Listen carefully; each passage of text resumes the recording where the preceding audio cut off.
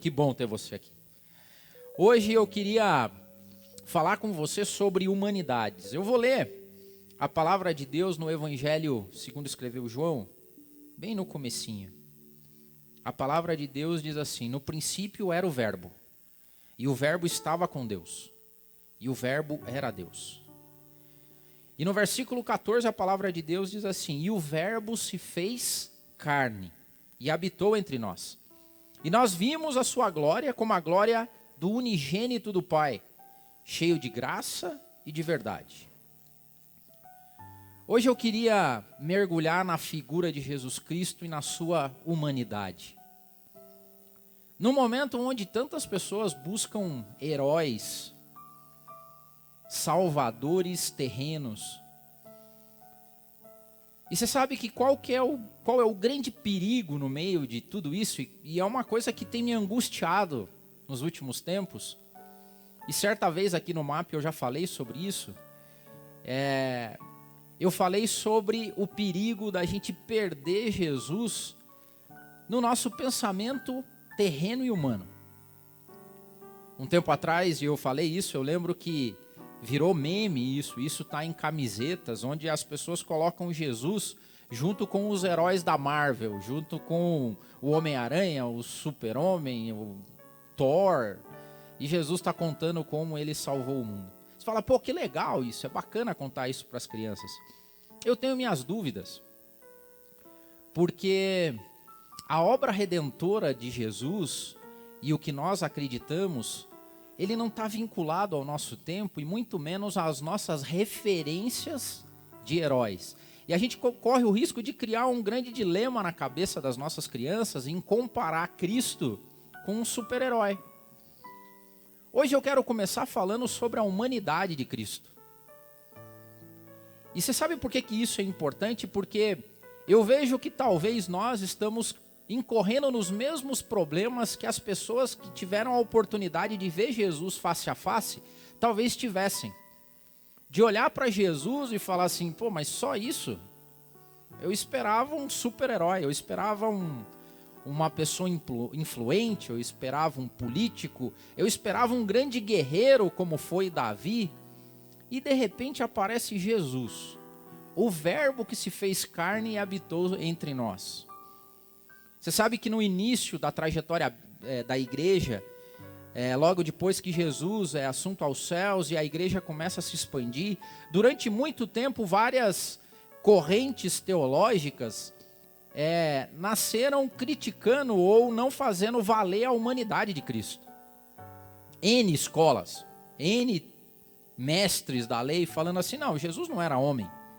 A natureza humana de Jesus não se exemplificava. Jesus era Deus.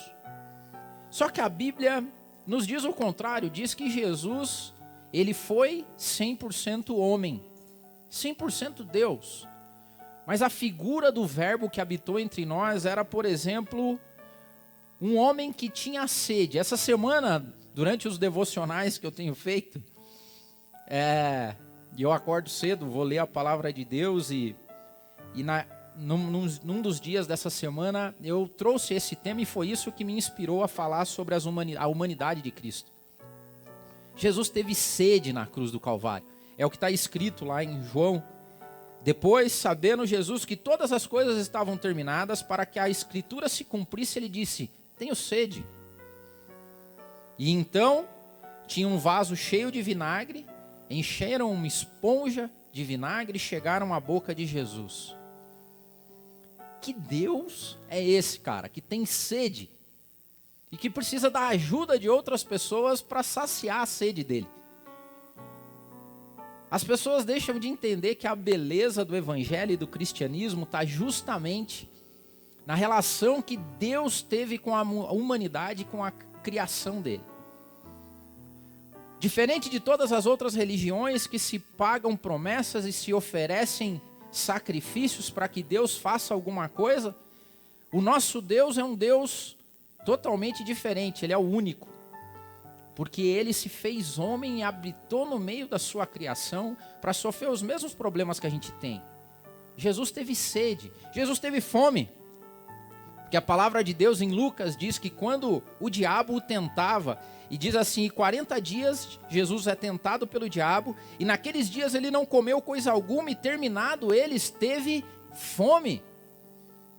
Jesus sentiu o ronquinho no estômago que eu e você sentimos. Que o André Kepp sente quando está com fome. O André, ele fica desesperado quando ele está com fome. Jesus teve sono. Sabe quando bate aquela vontade de dormir? A palavra de Deus em Mateus diz assim, ó, e disse Jesus, as raposas têm covis, as aves do céu têm ninhos, mas o Filho do Homem não tem onde reclinar a sua cabeça. Dormir. E a palavra de Deus diz que quando aqueles homens estavam naquele barco com Jesus e a tempestade começa, diz assim, e ele estava dormindo sobre uma almofada. Jesus também gostava do aconchego. Ele diz que nem sempre tinha onde reclinar a cabeça dele, mas quando ele encontrava uma almofada e um travesseiro, é melhor dormir aqui no sossego de um travesseiro, de uma almofada, do que dormir ao relento. Jesus não pagava de humilde assim. Ele era a própria humildade. E a humildade não liga, se não tem onde reclinar a cabeça, vai no chão mesmo. Mas se tem uma almofada aqui, por que eu não vou usar?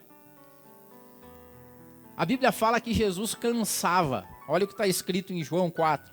Foi, pois, a uma cidade de Samaria chamada Sicar, junto da herdade que Jacó tinha dado a seu filho José.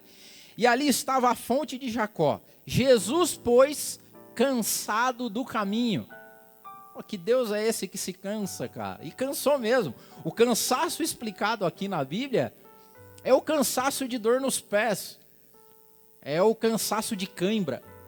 É o cansaço de dor nas costas. Sabe, quando dá aquela dorzinha na coluna de tanto se andar. E naquela época eles andavam muito e não tinha tênis com amortecimento, não tinha barrinha de cereal. Era no rock mesmo, cara, andando naquelas estradas áridas, subindo e descendo morros. Viagens longas que cansavam. E o que eu imagino é Jesus falando, cara, me deu uma dor aqui, espera aí que eu vou dar uma descansadinha, senta aqui. E a gente sabe a história do que aconteceu naquele local. Jesus não tinha problema de revelar para as pessoas que tinha algumas coisas que ele não sabia dentro da sua humanidade. Humanidade é característica de humano. Alguns teólogos criticam isso porque falam assim, não pode ser Deus. Por exemplo, quando as pessoas e os discípulos, tentando imaginar quando que seria o dia da volta, quando que tudo aquilo que Jesus estava pregando aconteceria, quando que seria o final, e Jesus fala disso, só o Pai sabe, eu não sei. Que não tem problema de lidar e falar assim, cara, Jesus não tinha problema de dizer, eu não sei algumas coisas. E eu falei esses dias, quantas pessoas têm problema de viver com a dúvida e querem achar explicação para tudo, e Jesus disse, não sei. Fala, não, mas ele não era Deus, ele tinha que ser onisciente. Quer ver outro caso emblemático? Quando Jesus está passando e uma mulher toca nele e ele vê que virtude sai dele. E ele olha, alguém me tocou. Aí você pode falar assim, pô, você não é Deus, cara, adivinha isso? Esses dias você está lá lendo o pensamento, por que você não sabe? Você vai ter que... Descobre aí quem que te tocou. Jesus não tem problema de lidar com a humanidade dele. Jesus não teve problema de esperar que o tempo dele viesse. A palavra de Deus, escrita em Lucas, diz assim, o Espírito Santo desceu sobre ele em forma corpórea, como uma pomba. E ouviu-se uma voz do céu que dizia, tu és o meu filho amado, e em ti eu tenho prazer. E o mesmo Jesus começava a ser de quase 30 anos.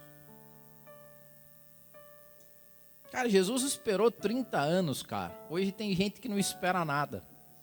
Tem gente que quer resolver as coisas ano que vem. E ali estava Jesus, eu fico imaginando, porque a Bíblia não conta esse período da vida de Jesus, não nos dá indícios.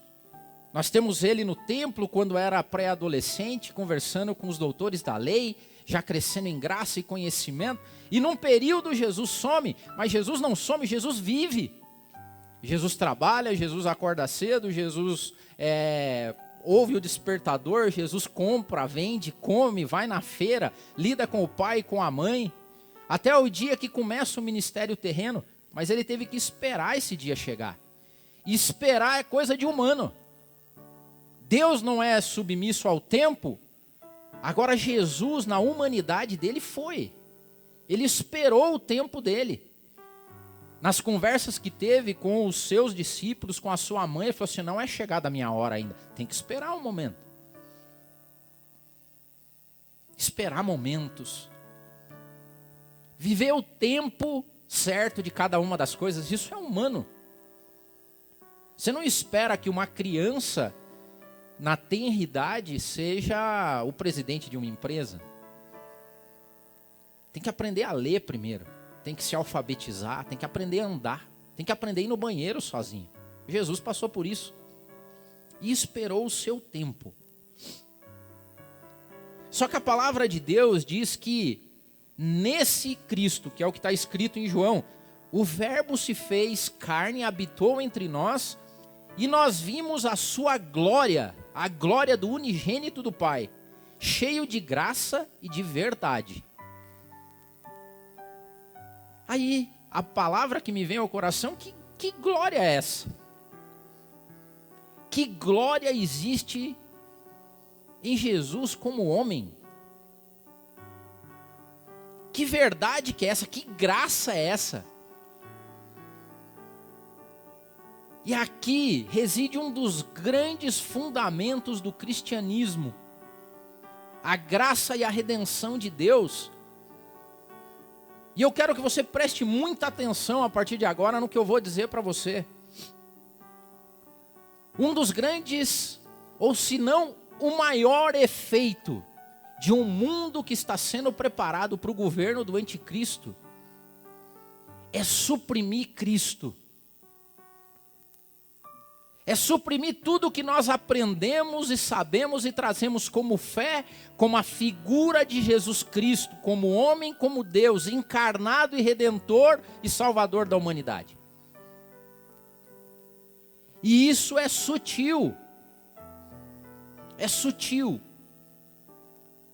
E você sabe qual que talvez seja o primeiro fato? O fato de nós não aceitarmos Cristo como Ele é. E é o mesmo erro incorrido naqueles que viveram com Cristo, que esperavam um Messias forte. Talvez um estadista, talvez um grande político, talvez um grande rabino, que detesse poder econômico, poder social, poder religioso. E quem vem para nos redimir é alguém como nós. E daí ele fala assim, cara, mas igual nós, como é que vai salvar a gente? E a beleza do evangelho está justamente no fato de que Jesus veio e entendeu o que eu e vocês sofremos, e Ele nunca veio pedir que nós fôssemos super-heróis. Olhe só o que a palavra de Deus diz sobre a redenção. Hebreus 2, 17 e 18 diz assim: por isso convinha que em tudo ele fosse semelhante aos irmãos, para ser misericordioso, fiel sumo sacerdote naquilo que é de Deus, para expiar os pecados do povo. Porque aquilo que nele mesmo, sendo tentado, padeceu, pode socorrer aos que são tentados. Se Jesus viesse como super-herói, a obra da redenção salvaria os super-heróis. O ponto é que nem eu e nem você somos super-heróis. Eu e você temos fome, temos sede, eu e você temos medo de não pagar as contas no final do mês. Eu e você somos assolados pela culpa. Eu e você somos assolados por indignação, não é assim? Jesus também se indignou. Olha o que está escrito em Marcos: e olhando para eles ao redor com indignação. Jesus se condoeu com a dureza do coração dos homens. Quando ele entra no templo para tratar com os vendilhões, a palavra de Deus diz em João que o zelo da casa do pai dele devorou a Jesus. Jesus ficou corroído, indignado. Nós também ficamos. Sabe o que aconteceu com Jesus? Jesus ficou triste, cara. Tristeza é coisa de super-humano, não de super-herói. A palavra de Deus diz assim: tendo, pois, Maria chegado aonde Jesus estava, e vendo, lançou-se aos seus pés, dizendo: Senhor, se tu estivesse aqui, meu irmão não teria morrido. Jesus, pois, quando a viu chorar, e também chorando os judeus com que ela vinham, moveu-se muito em espírito, e ficou perturbado, e ficou triste. E disse: onde colocaram? Está falando de Lázaro. E disse: Senhor, vem e vê. E Jesus chorou. Em Lucas 19, quando Jesus olha o seu povo e diz assim: olhou a cidade, vendo a cidade, e vendo que as pessoas não entendiam o tempo da visitação deles, e vendo aquilo tudo que viria sobre o seu povo, chorou sobre a cidade. Eu já vi pregadores dando toda sorte de explicação. Por que Jesus chorou? Umas viagens teológicas. Sabe por quê? Porque é difícil para nós entendermos que nós temos um Salvador que ficou triste. E que chorou de tristeza. Ah, mas como é que isso acontece, Adeudo? Quando você fica triste, chora. Jesus chorou do mesmo jeito. Coração apertado, sabe? Jesus teve coração apertado. Jesus viveu angústia, agonia, porque em Lucas 22:44 diz assim: e, posto em agonia, orava mais intensamente, e o seu suor tornou-se como grandes gotas de sangue que corriam até o chão. O ápice da angústia. Tem um termo para isso, é hematidrose, quando o abatimento é tão grande, quando você está passando por uma profunda emoção tão grande, a ponto de as gotas de suor se misturar e a pele começa a soltar sangue. Se isso for junto com uma debilidade física também. E eu quero crer que na época de Jesus não tinha os cuidados nutricionais que se tem hoje. Não dava para acordar cedo e tomar um iogurte ou um complemento de vitaminas. A Bíblia fala que era um homem experienciado em dores. Esse Jesus, ele teve que ser igual a gente.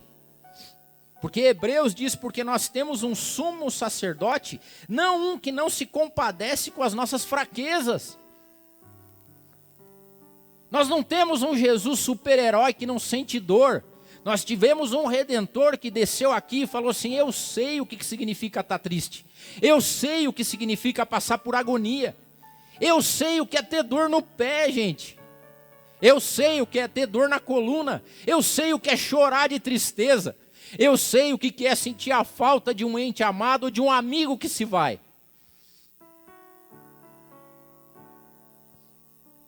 E é esse o único mediador que nós temos, porque Paulo, escrevendo a Timóteo, disse: porque só há um mediador entre Deus e os homens, Jesus, homem. E é importantíssimo a gente entender as nossas humanidades. O problema não é que nós somos humanos, o problema é que nós somos humanos caídos. O nosso problema não é ser humano, o nosso problema é o pecado. Porque Deus, quando criou tudo e nos criou a imagem e semelhança de Deus, ele termina escrevendo em Gênesis, que ele diz que viu que tudo que ele tinha feito era muito bom. E nós somos humanos. E a beleza do evangelho e do cristianismo é que nós não temos um Deus longe da gente. Nós não temos um super-herói. Nós temos um que, assim como nós, passou por tudo que nós passamos. E só por isso é que nós somos salvos. Olha só a sutileza e a grandeza disso. E por que eu falo isso? Porque me indigna ver pessoas esperando, assim como no passado, o Salvador da pátria. O grande super-herói, o estadista que vai resolver todos os nossos problemas. A pessoa que vai nos tirar da escravidão, era assim. E me perdoe, eu estou tão indignado e tão preocupado com essas coisas que eu digo: cara, se alguns homens hoje têm a capacidade de ludibriar cristãos, eu fico imaginando como vai ser fácil pro anticristo, velho, de boa. Fala assim, não, mas o anticristo vai enganar até alguns dos escolhidos. Eu tenho falado assim, cara, que serviço baba pro anticristo. Porque tem uns aí que nem são e já influenciam milhões e milhões de pessoas que aos poucos deixam Jesus de lado. Dá uma olhada nas últimas semanas, nos últimos meses. Onde que Jesus está na tua vida nos últimos meses? Coloque em ordem de perspectiva. Economia, saúde, política, preservação à vida, sobrevivência. Cadê Jesus nisso tudo aqui? O bom seria que se Jesus viesse hoje como um Superman, como o Batman. Que bom que Jesus tivesse superpoderes, tipo todos os mutantes. Que dos seus olhos saísse fogo, que ele voasse, que ele acabasse com os incircuncisos.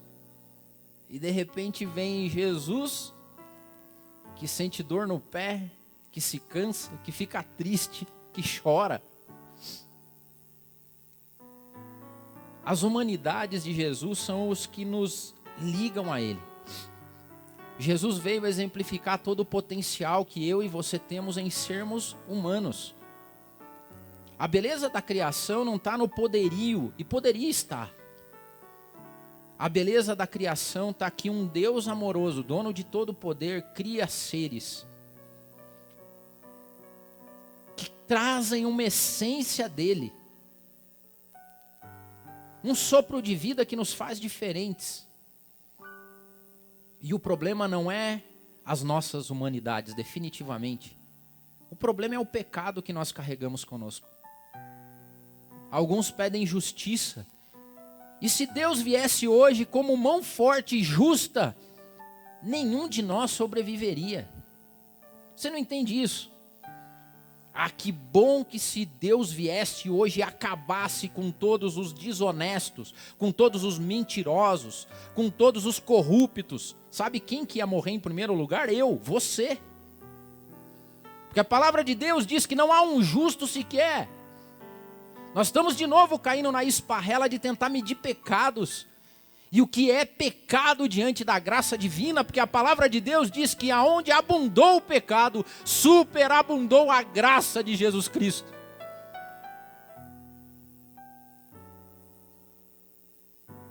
A essência do cristianismo está em Jesus Cristo, homem. E onde esse Jesus tem andado nas nossas vidas hoje? Por onde ele tem passado? Qual é o lugar que esse Jesus ocupa na minha e na sua vida? E aqui vai uma palavra de atenção para você, de cuidado. Se esse Jesus não tem mais guarida e lugar na sua vida, nas suas ideologias, no jeito que você pensa, no jeito que você enxerga a vida, você é presa fácil para o anticristo. Uma coisa que o cristianismo jamais vai aceitar: que os fins justifiquem os meios. Preste atenção, vou falar de novo. Tem uma coisa que não combina definitivamente com o cristianismo: os fins justificam os meios. Isso não é cristão. Porque Jesus veio para provar isso. Jesus veio para dizer, não é assim, galera, vocês não entenderam. O meu reino não é desse mundo. Eu vim aqui para sofrer o que vocês estão sofrendo, para passar o que vocês estão passando, para ser tentado como vocês estão sendo tentados, para ser morto como provavelmente vocês vão ser. Porque vocês vão ser perseguidos, caluniados, mas jamais devolvam o mal com o mal. Porque o meu fim não é aqui.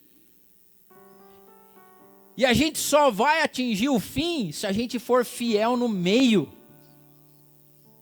E o meio diz que nós somos humanos. E que se nós formos seguir a nossa essência e a nossa natureza pecaminosa, nós vamos abandonar tudo aquilo que foi pregado e vivido pelo nosso Salvador Jesus Cristo. É triste. É triste ver que esse Jesus sumiu. Até o ponto que vai chegar o dia que falar desse Jesus vai falar assim: você é um tolo, como é que você acredita nisso? Como é que você pode acreditar que um nazareno, carpinteiro, seja o Salvador, o Redentor? Agora Jesus, que sofreu tudo no corpo, na alma, tinha uma certeza. E a certeza estava em quem possuía o Espírito dele. E a palavra de Deus, eu vou ler 3 versículos para vocês. E Jesus, clamando outra vez com grande voz, rendeu o Espírito. Em Lucas. E clamando Jesus com grande voz, disse: Pai, nas tuas mãos entrego o meu espírito. E havendo dito isto, expirou. E quando Jesus tomou o vinagre, disse: está consumado. E inclinando a cabeça, entregou o espírito. A preocupação que eu e você temos que ter é com o nosso espírito. Por quê? Porque hoje nós sofremos com o nosso corpo. As coisas mais básicas. No medo que a gente tem de não ter o que comer amanhã. No medo de passar fome e sede. Na angústia que pode dar a preocupação de você ficar doente e ir para uma UTI e morrer. Isso é angústia da alma. É o que está levando pessoas a ficarem desesperadas, angustiadas, depressivas. Agora o que a palavra de Deus diz é, cara, não temam aqueles que podem fazer mal ao corpo de vocês. Não temam aqueles que podem fazer mal à alma de vocês, mas temam aqueles que podem acabar com o espírito de vocês. Porque uma coisa é certa, mais dia menos dia, eu e você vamos estar de frente a frente com a morte. Agora uma coisa que Jesus tinha e era: Pai, agora nas tuas mãos eu entrego o meu espírito. E agora eu rendo a ti o meu espírito. A única coisa que separa a gente total da nossa humanidade é o nosso espírito. Ou como está escrito em Eclesiastes, que vai chegar um dia que o corpo vai voltar a ser pó. Até que o corpo volte à terra que o deu. E o espírito volte a Deus que o fez, que o formou. A batalha que nós estamos vivendo hoje definitivamente não é uma batalha econômica, de saúde e de viés político.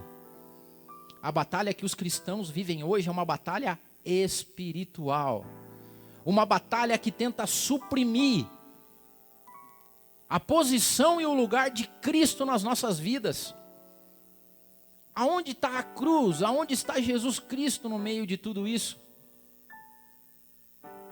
Seguimos aí tentando, como o povo no passado, tentando conectar e desvirtuar Deus ao que nós temos visto, ouvido, vivido nos dias de hoje.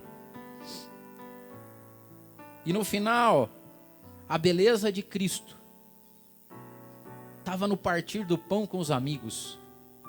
Estava naquele peixe e pão feito na brasa, na praia. Estava no toque, no sorriso e no carinho dos amigos. Nós temos tentado encontrar Cristo nos super-heróis, nos estadistas, nos economistas e nos políticos. E assim como no passado, nós estamos perdendo Jesus aqui dentro e perdendo Jesus do lado do amigo, da família, do irmão, da mesa aposta. Às vezes simples, no arroz com feijão ou no miojo com ovo. E é esse Cristo que viveu o que eu e você vivemos. que no derradeiro dia vai receber a gente lá na glória. Aqueles que não o perderem pelo caminho. Aqueles que não ficarem tentando achar Cristo como um salvador ou um super-herói, mas o encontrarem nas humanidades. No frio, na fome, no cansaço, na angústia, no sofrimento, na tristeza. Porque o nosso Deus habita nas nossas humanidades. Porque são elas que dão o direito a Ele de nos redimir. Nós não comparamos super-heróis com humanos. Nós comparamos um Deus que se fez humano e se entregou na cruz do Calvário, para que eu e você, com as nossas humanidades, pudéssemos ser salvos. Que você encontre esse Cristo hoje e deixe de acreditar nos super-heróis. E não se perca na cortina de fumaça criada por um mundo que espera qualquer pessoa, menos o nosso humilde, meigo e amoroso Jesus Cristo. Pai, nessa manhã eu te entrego as nossas dificuldades, ó Pai. Todas as nossas humanidades. Porque é lá que a gente se encontra com o Senhor. Eu coloco nas tuas mãos o nosso medo. O medo que nós temos de não saciar a nossa fome básica de arroz e feijão. O medo que a gente tem de não ter água e de não sustentar os nossos filhos. Eu coloco diante de ti o cansaço que a gente tem. O cansaço físico que corrói o corpo. Aquele que vem chegando junto com a idade. Eu coloco diante de ti, ó Pai, o cansaço e o esgotamento físico e mental que assola as nossas vidas e que talvez não deixe a gente dormir de noite. Eu coloco diante de ti o frio que nos assola, ó Pai. No sentir isso na pele que faz arrepiar os pelos. Eu coloco diante de ti a tristeza que a gente tem, ó Pai, quando olha pessoas morrendo. A tristeza que a gente tem quando pessoas próximas a gente adoecem e morrem. Eu coloco diante de ti o nosso anseio, a nossa falta de paciência. Eu coloco diante de ti as nossas inseguranças. Eu coloco diante de ti hoje as nossas humanidades, ó Pai. Porque é nelas que a gente te encontra. Que a gente jamais se esqueça. Que a gente jamais se esqueça que o Senhor se fez homem para que a gente pudesse ser salvo. E que o Senhor tire de nós, ó Pai, todo o desejo tolo e bobo de achar que é diferente. Que o Senhor tire de nós, ó Pai, todo o anseio belicoso, todo o anseio de poder, porque o Senhor mesmo abriu mão do seu poder. Que o Senhor devolva a nós a essência do andar ao lado, da mesa posta e junta, da amizade, do companheirismo e daquilo que sobreviveu naquilo que o Senhor representou sendo homem aqui. Toca os nossos corações, ó Pai. Nos devolva a simplicidade do Evangelho. Nos devolva o Senhor do jeito que o Senhor é e foi. Do jeito que o Senhor se revelou nesse mundo. Que a gente diminua para que o Senhor cresça. E mesmo assim o Senhor não quis crescer. O Senhor se esvaziou. E que no momento que cada um de nós enfrentar a morte, ó Pai, que o nosso espírito seja preservado. E que assim como fez o Senhor, a gente possa um dia render o espírito nas tuas mãos. E tudo aquilo que a gente vê hoje como um enigma, de forma opaca, que um dia a gente veja face a face, no esplendor daquilo que sempre foi. Nos abençoe, em nome de Jesus.